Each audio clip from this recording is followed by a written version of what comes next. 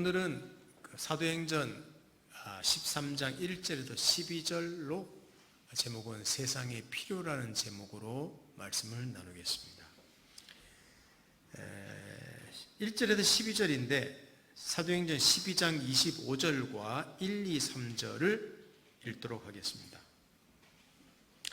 제가 한 절, 여러분 한 절 읽습니다. 바나바와 바울이 부조하는 일을 마치고 마가라는 요한을 데리고 예루살렘에서 돌아오니라. 안디옥 교회의 선지자들과 교사들이 있으니 곧 바나바와 니게르라 하는 시므온과 구레네 사람 루기오와 분봉왕 헤롯의 젖동생 마나행과 및 사울이라. 주를 섬겨 금식할 때에 성령이 이르되 내가 불러 시키는 일을 위하여 바나바와 사울을 따로 세우라 하시니 이에 금식하며 기도하고 두 사람에게 안수하여 보내니라. 아멘.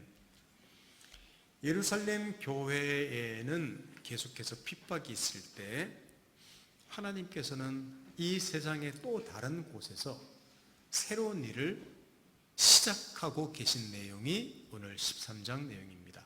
보통 이 사도행전 13장부터 바울의 선교 여행이 시작된다고 보통 이야기합니다.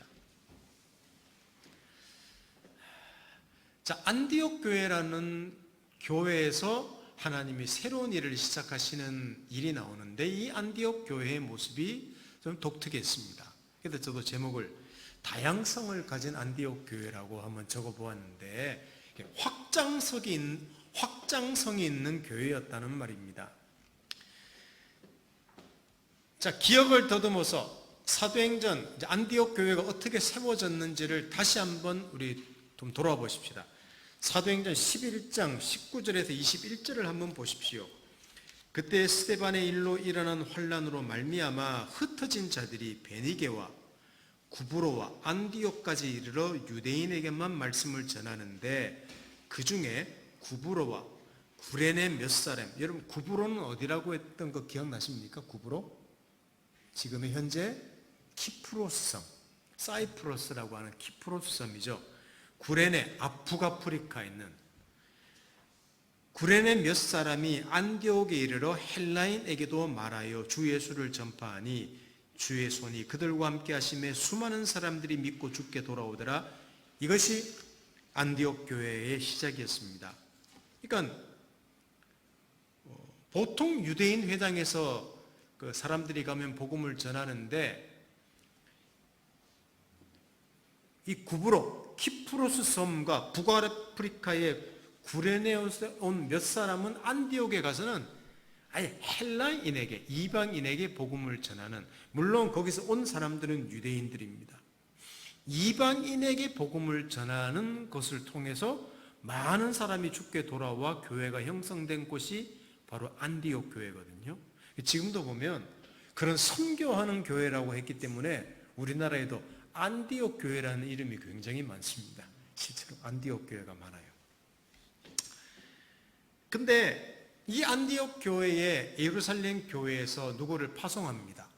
바나바를 파송해서 확인을 하고 격려하는데 이 바나바는 하나님의 놀라운 일을 기뻐하면서 사울, 곧 바울을 데려다가 1년간 성경 공부를 하고 그때 예수쟁이라는 이름, 그리스도인이라는 이름을 처음 사람들한테, 그 헬라인들한테 듣게 됩니다.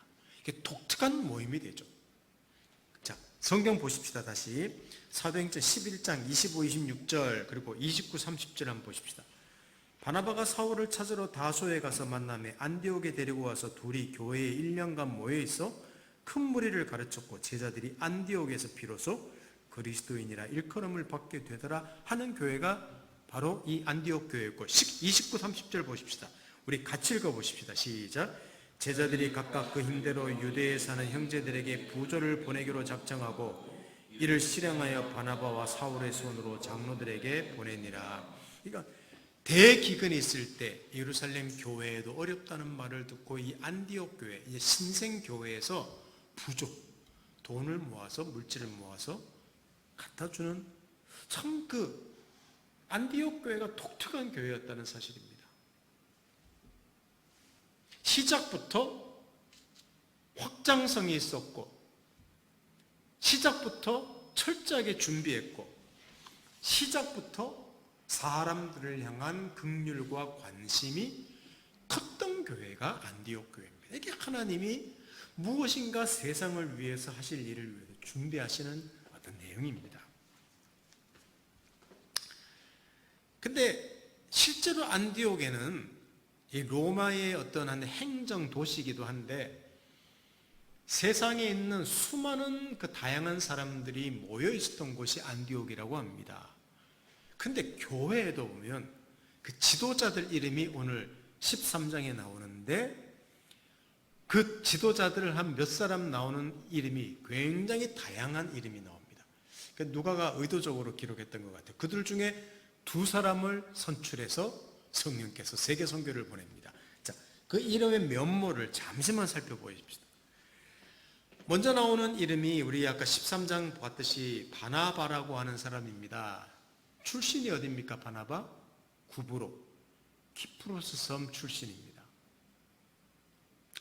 그 다음에 시므온이란 니게르라고 하는 시므온이라고 있는데 이 시므온이라는 말 자체는 다 히브리어입니다. 이게 유대인이라는 말이죠. 이 니게르라는 말은 니그로, 흑인이라는 말입니다. 그러니까 아프리카 흑인 유대인이었을 것 같습니다. 자, 니게르라고 하는 시므온, 이것을 좀 다르게 표현하면 혹시 여러분 그거 아십니까? 예수님이 십자가를 지고 가시는데 너무 힘드니까 로마 병사가 길에서 야, 너 이리 와봐. 십자가를 딱 해서 그 사람이 지고 가게 만든 사람이 있어요. 구레네 시몬이라고 들어보셨죠? 구레네 사람 시몬.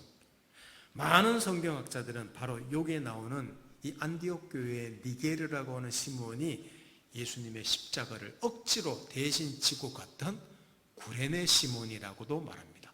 실제로 그 구레네 시몬의 아들들하고 바울은 같은 집에서 살기도 했습니다. 그러니까 바울의 사역을 도우는 사람입니다. 저는 이제 그 상상을 해보죠. 길 가다가 왜 구레네 사람 시몬한테 예수님 십자가를 맡겼을까? 피부 색깔이 달랐기 때문에 눈에 띄어서 아마 딱 그 사람한테 맡겼을 것 같은 상상을 해보았습니다. 아마 이 사람이 억지로 십자가를 지고 갔지만 그때 예수 그리스도를 만나고 이 안디옥 교회의 지도자가 되었던 것 같습니다. 그리고 루기오라는 사람이 있는데 구레네 사람 루기오라고 하죠. 구레네는 어디라고 했습니까? 북아프리카라고 했죠. 그러니까 루기오도 아프리카에서 온 사람이었습니다. 그리고 마나엔이라는 사람이 있는데 뭐라고 표현되어 있는가 하면 13장 1절을 다시 보십시오. 분봉왕 헤롯의 젖동생 마나엔, 이걸 히브리어로 하면 무나햄이라는 이름인데 분봉왕 헤롯은 우리 지난주에 그 헤롯의 가계도가 혹시 얼마나 기억이 남아있는지 모르지만 헤롯 대왕이 있고 여러 아들들이 있는 중에 막내 아들이 헤롯 안디바라는 이름이 있습니다. 이 사람이 누군가 하면 누구지? 세례 요한의 목을 벤 사람. 그 헤롯 안디바에 하고 같이 자란 사람입니다. 그러니까 이 마나헨이라는 사람의 어머니 젖을 먹고 누가 컸는가 하면 헤롯 안디바가 자랐습니다. 왜? 젖동생이었기 때문에 유모였죠.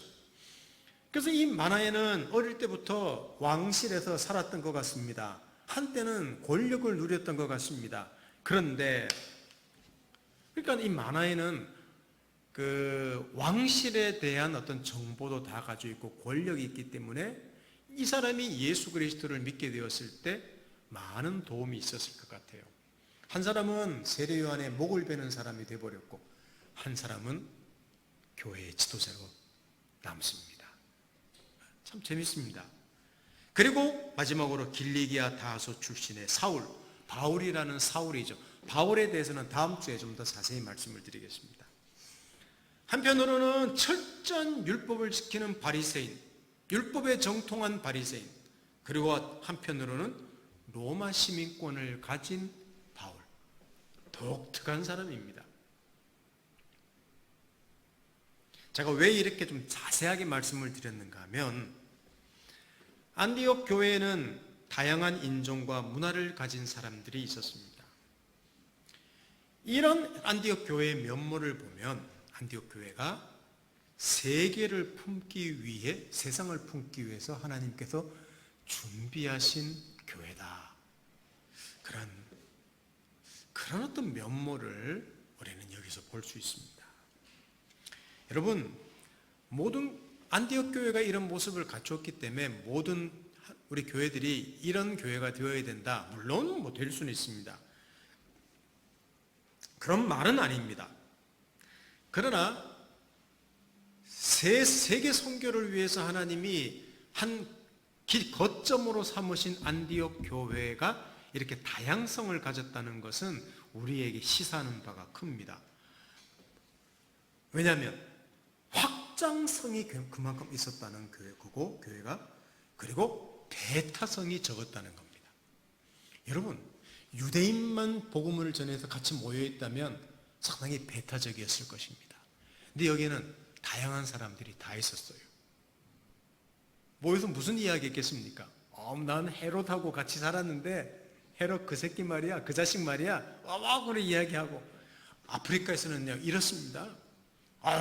키프로스에는 참 섬이 아름다워요. 지금도 섬이 아름답거든요. 이런 이야기들을 서로 하면서 안디옥 교회는 다양한 인종과 문화를 가진 사람들이 있는 배타적이지 않고 확장성 있는 교회였습니다. 그걸 말씀드리고 싶은 거예요. 큰 의미가 있습니다. 여러분, 유대인들이 세상을 나가서 복음을 전한다는 것 너무너무 배타적인 사람들이기 때문에 쉽지 않습니다. 베드로 또한 그 장벽을 허물어뜨리는데 하나님께서 얼마나 많은 그 경험을 하게 만드셨습니까? 그런데 세상 끝을 향해 복음을 전하는 것을 안디옥 교회에서 시작하셨다는 것은 그 교회의 다양성, 그리고 1년 동안의 사울을 데려다가 같이 성경 공부를 집중한 그 전문성, 준비성, 그리고 다양하기 때문에 확장성, 수용성, 그 다음에 유연성 등등등 그런 면모를 하나님께서 갖췄기 때문에 세상을 섬길 수 있었습니다. 이것은 현대교회를 향해서도 주시는 저는 강력한 메시지라고 생각합니다. 여러분도 아마 그렇게 생각하실 거예요. 우리 현대교회가 이런 모습을 갖추는 것은 참 필요하겠구나, 이런 생각에 공감하실 것입니다.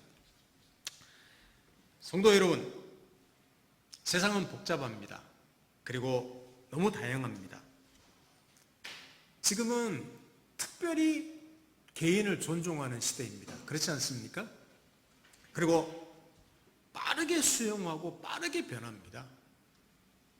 반면에 빠르게 버리고 또 빠르게 변합니다.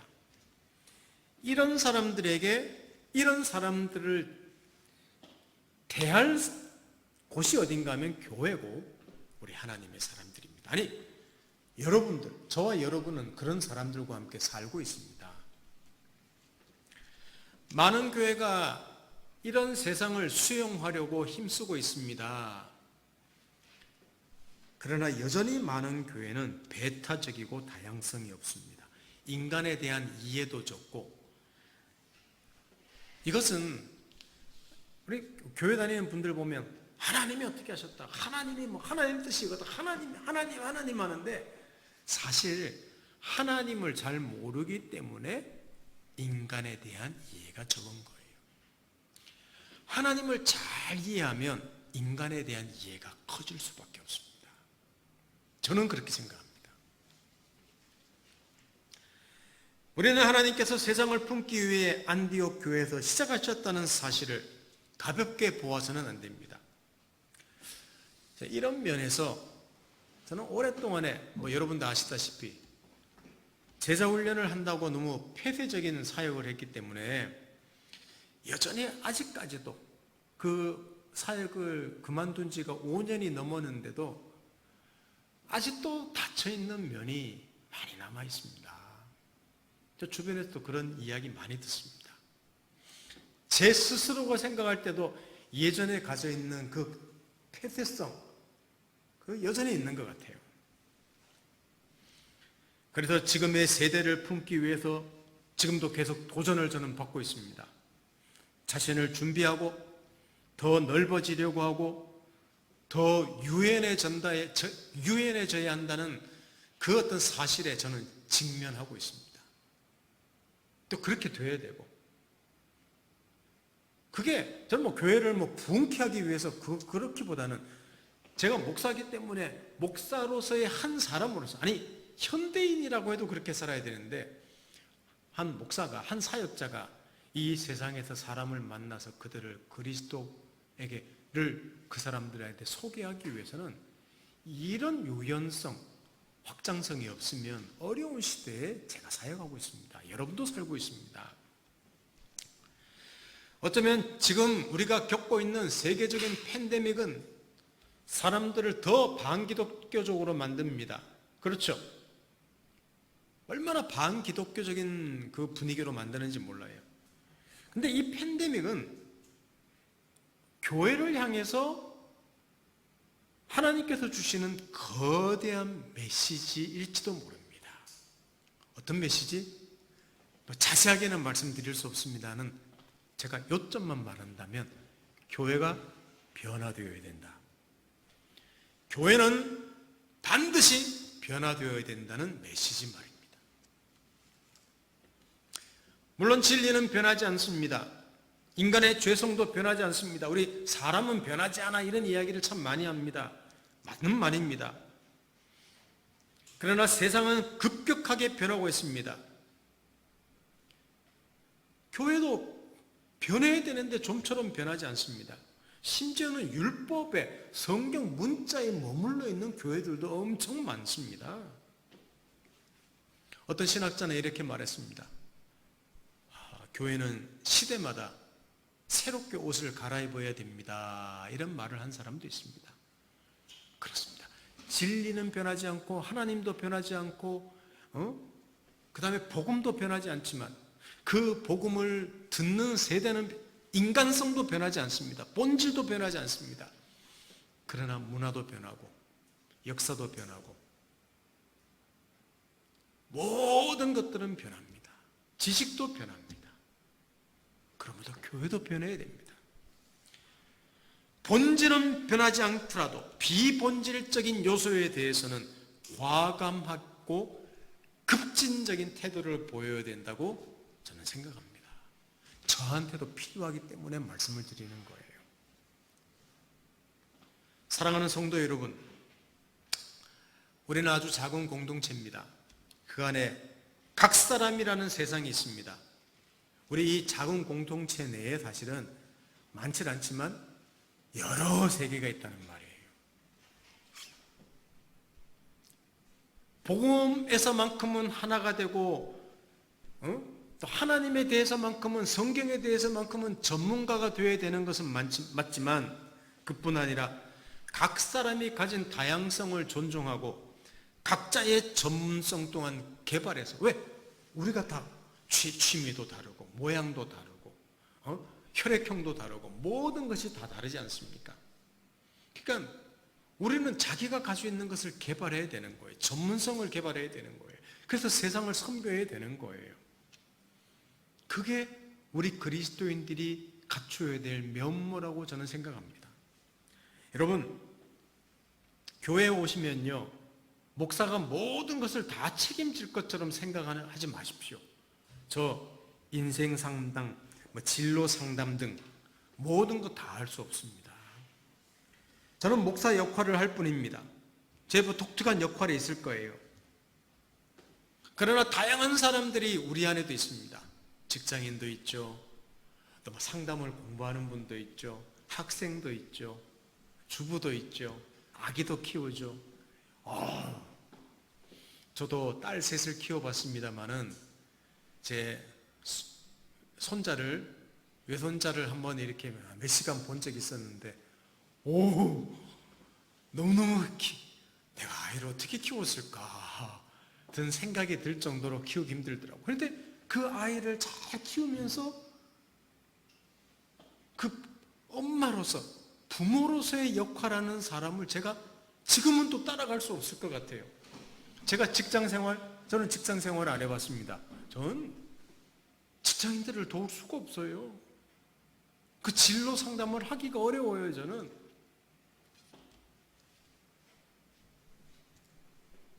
무슨 말을 하는가 하면 여러분들이 중요하다는 거죠. 이 다양성을 가진 여러분들이 굉장히 중요하다는 겁니다. 어쩌면 이경진 목사라는 저보다는 여러분에게 더 확장성이 있습니다. 여러분이 지금 우리의 세상을 저보다 더 잘 섬길 수 있는 사람들이라는 말입니다. 그걸 꼭 하고 싶은 이야기입니다. 사랑하는 성도 여러분, 우리가 지닌 독특성 중요합니다.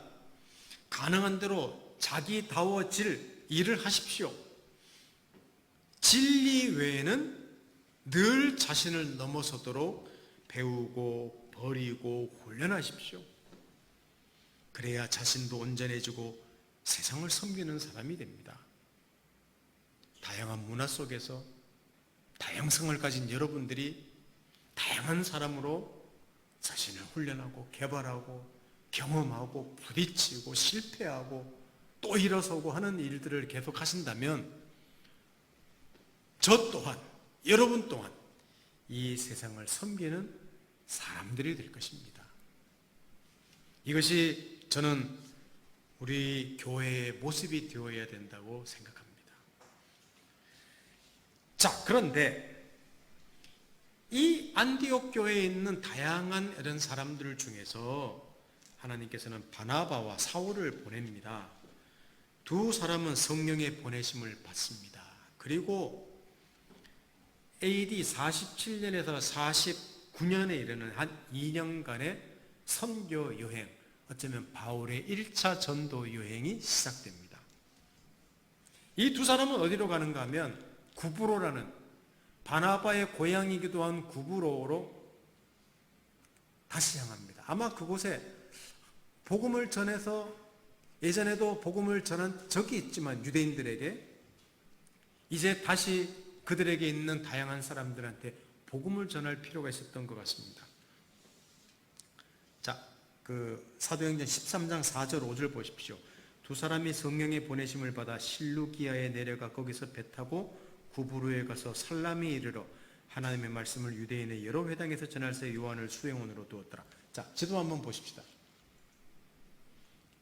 자, 안디옥이 여기 있습니다. 안디옥 여기 있죠. 여기서 실루기아, 여기 실루기아 피에리아라고 하는 곳이 요 지명입니다. 요 해변가로 와서 바다를 건너 여기 지중입니다. 키프로스 지금의 구브로로 옵니다. 살람이라는 곳에 도착합니다. 횡단을 해서 바보라는 이곳까지 횡단하면서 유대인의 회당에 복음을 전하는 요 내용이 오늘 13장 12절까지 있는 내용입니다. 자, 그 다음 내용은 다음 주에 또 계속 이어가겠습니다. 자, 그런데 이 여기 바보라는 곳에 와서 유대인 거짓 선지자 바예수라는 이름은 멋있어요. 바예수라는 이름의 뜻은 여호수아의 아들, 구원의 아들이란, 구원자의 아들이란, 이름 멋있습니다. 근데 마술사야. 총독 아래에서 마술로 거짓 예언을 하면서 수종드는 사람이었습니다. 이 사람이 총독이 말씀을 들으려고 할 때 그것을 가로막는 방해꾼 역할을 합니다. 그 내용이 나오는데 사실 오늘 저는 그것을 자세히 말씀드리지 않습니다. 그런 일이 있었다 정도로만 하고 넘어가겠습니다.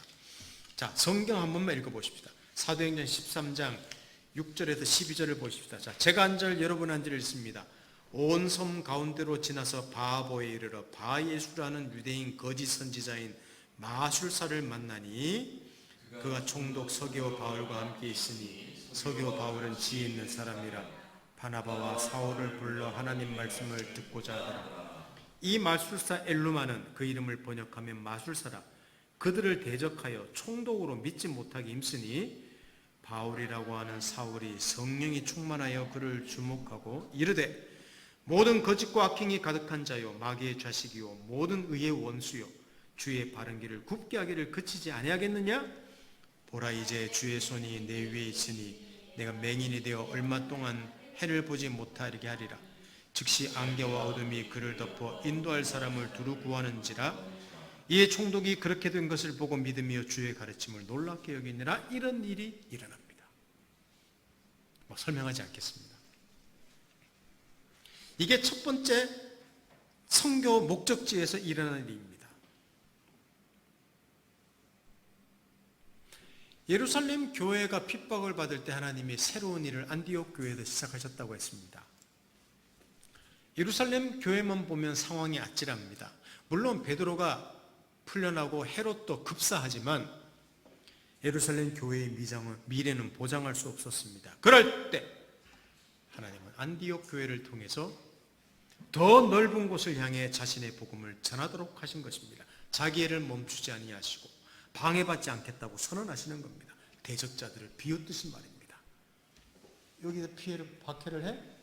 새로운 일을 하면 되지. 이게 하나님의 일이었습니다. 물론 영적 전쟁이 계속됩니다. 그곳 예루살렘 교회에서도 전쟁이죠. 이곳이라 그래서 전쟁이 없는 게 아니에요. 오늘 그 전쟁 나왔죠. 새로운 곳으로 왔더니 누가 대적했습니까? 복음을. 마술사가 대적했지 않습니까? 바울의 선교 여행 가면 곳곳마다 이런 전쟁이 기다리고 있습니다. 왜냐하면 하나님의 일하심은, 하나님의 구원은 영적 전쟁이기 때문입니다.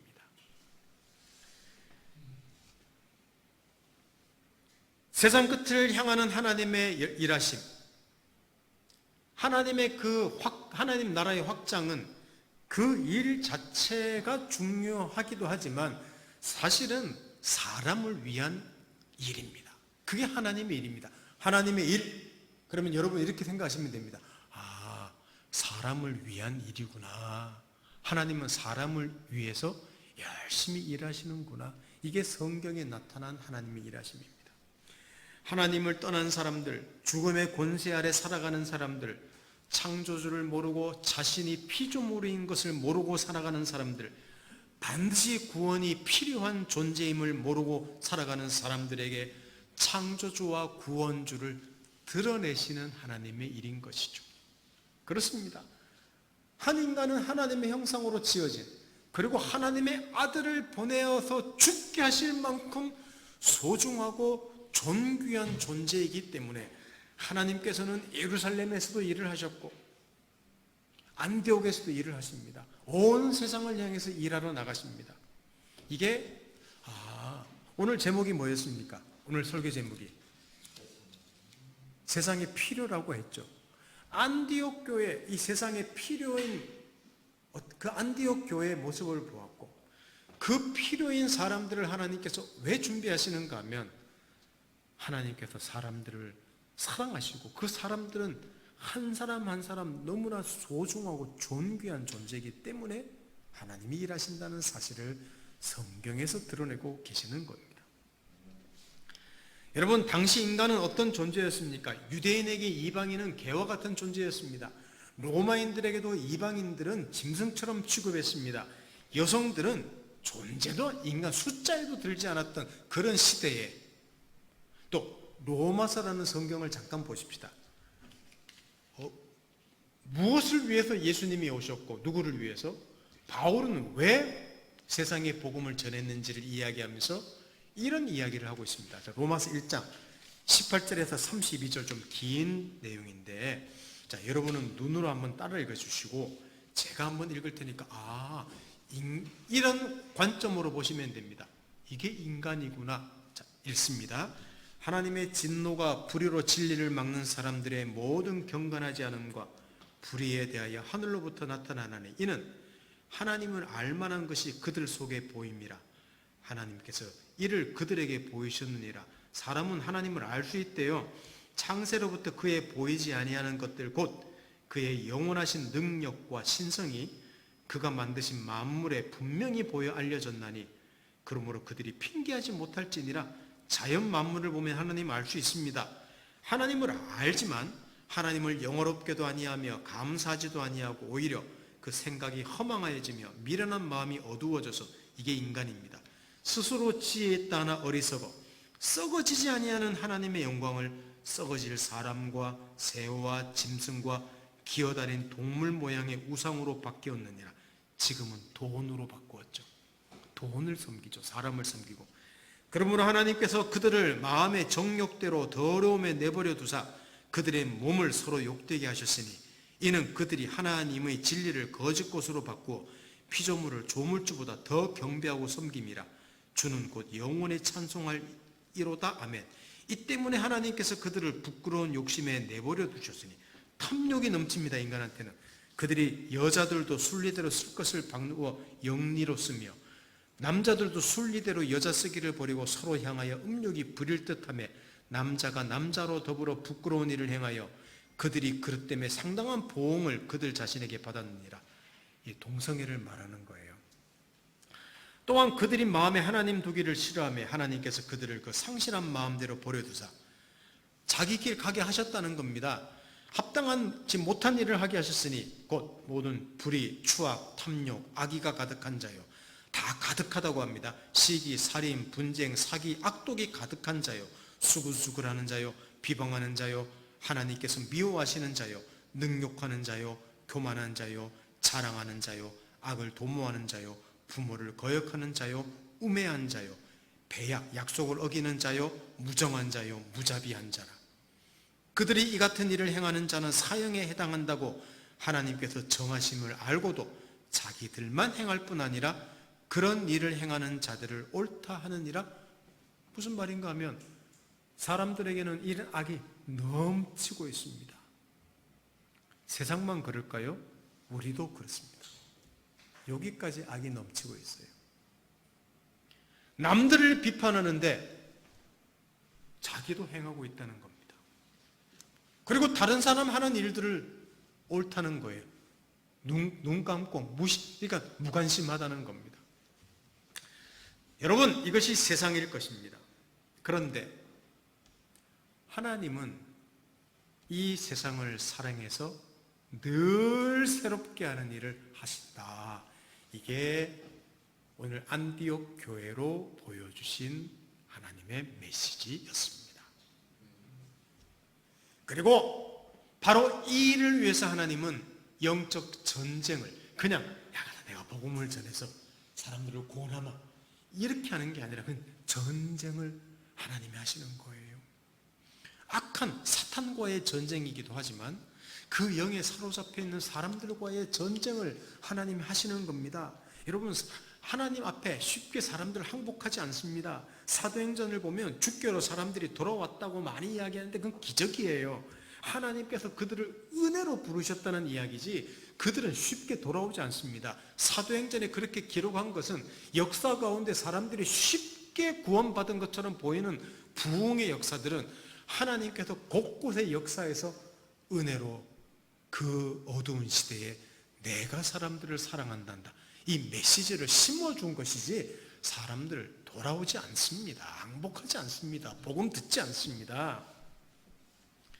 지금은 점점 더 반기독교적으로 되어갑니다. 여러분, 내년에 대통령 선거가 있습니다. 우리나라에. 어떤 이들은 이 기독교인들이 그런 이야기를 많이 해요. 기도하면서 하나님, 믿음 좋은 장로님이, 믿음 좋은 사람이 대통령이 되게 해달라고 기도합니다. 기도는 자유입니다. 기도는 할 수 있습니다. 그러나 인간을 모르기 때문에 그런 기도를 합니다. 장로가 대통령이 되어도 나라 변하지 않았습니다. 굉장히 타락했었습니다.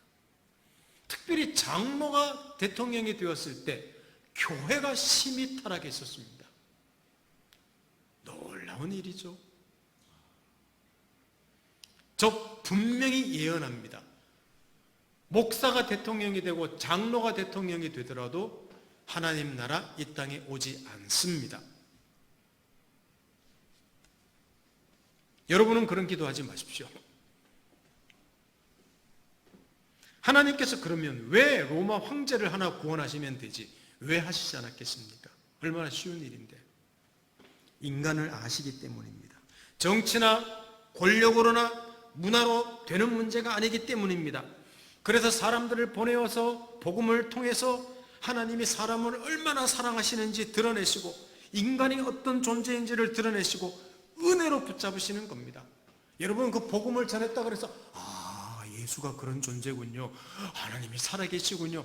여러분 그렇게 듣지 않습니다. 복음을 전해서 내가 너희들을 은혜로 붙든다고 성령께서 그 말씀을 통하여 그냥 은혜로 주권적으로 붙잡으셔서 그들이 구원받은 것이지 그들이 이해력이 좋아서 구원받은 게 아니에요. 이게 하나님이 세상을 통해서 하시는 일입니다. 지금도 단번에 붙잡으시기도 합니다. 그래도 설득하고 사랑하시고 오래 참으시면서 일합니다. 그러나 아까 말씀드렸다시피 영적 전쟁이라고 하셨죠. 그 한 인생과 하나님이 전쟁을 해요. 단번에 부르시지 않는 이유는 그 사람 그 전쟁하시면서 하나님이 조금씩 그럼 하나님이 뭐 가스라이팅입니까? 그게 아니라 그 한 사람 한 사람을 소중히 여겨서 그가 또 거풀을 까고 외면에 있는 것들을 벗고 자기를 드러내고 하나님 말씀을 듣고 회복되고 감정이 회복되고 인생이 회복되고 지식이 회복되고 그 사람 한 사람과 전쟁하면서 그들 하나님의 사람으로 붙잡으시는 것입니다. 그게 저와 여러분의 인생이기도 합니다. 오랜 시간과 에너지가 드는 전쟁이기 때문입니다. 우리 이곳으로도 교회로 옮겼기 때문에 전도해야 됩니다. 많은 기도가 필요합니다. 많은 준비가 필요합니다. 특히 이것은 영적 우리 교회가 해야 될 일은 사람들을 향한 영적 전쟁이기 때문에 그걸 인식하고 우리는 자기 역할에 충실하는 우리 다양성 이야기했죠. 안디옥 교회 이야기하면서 저는 우리 많지는 않지만 우리가 이 다양성 나란 존재가 우리 쉼을 담는 교회에서 우리 교회에서 기독교에서 굉장히 소중한 존재구나. 우리 그 사실을 꼭 인식하시고 여러분 자신을 가꾸고 여러분 자신 한 사람이 준비하는 일에 꼭 힘쓰면 좋겠습니다. 우리가 그리스도인으로 살아가는 거 쉽지 않습니다. 전쟁입니다. 그러나 이 세상에서 우리가 하나님의 은혜로 잘 살아내는 것 이게 나중에 세상을 섬기게 되는 것임을 아시고 잘 살아내십시오. 그래도 자기를 지키기를 힘써야 됩니다. 우리가 세상의 빛과 소금이라면 우리가 세상의 제사장 역할을 하는 사람들이라면 먼저 자기를 잘 가꾸고 자기를 사랑하고 자기를 개발해야 됩니다. 자기를 확장해야 됩니다. 그런 사람을 우리가 준비한다면 다양한 사람들을 여러분 교회 오고 또 사람 만나면 저는 제 역할을 할 것입니다. 그러나 제가 목사로서도 제가 감당할 역할을 못하는 게 너무너무 많습니다. 그거 누가 해야 되는가 하면 여러분들이 하셔야 되는 거예요. 우리가 교회이기 때문에 그렇습니다. 그래서 오늘 설교처럼 우리가 하나님이 이 세상을 위해서 준비하신 가장 절실한 필요, need, 오늘 설교 제목이죠. 이 세상의 필요는 바로 우리라는 사실을 아시고